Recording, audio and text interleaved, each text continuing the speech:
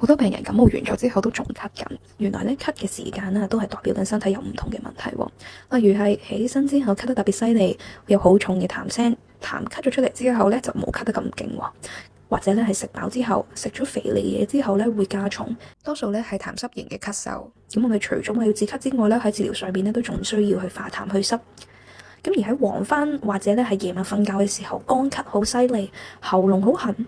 有痰都好啦，都係一啲好黏好笠嘅痰咧，有機會係肺燥陰虛型嘅咳嗽。咁除咗止咳咧，我哋都需要潤肺。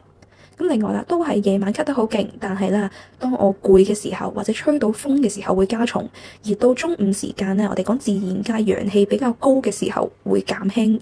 咁多數咧係一個虛寒型嘅咳嗽。咁除咗要止咳，我哋咧亦都需要溫陽喎。咁去到最後啦，如果當你好勞氣嘅時候會咳得特別犀利，咁有機會咧係肝火嘅問題。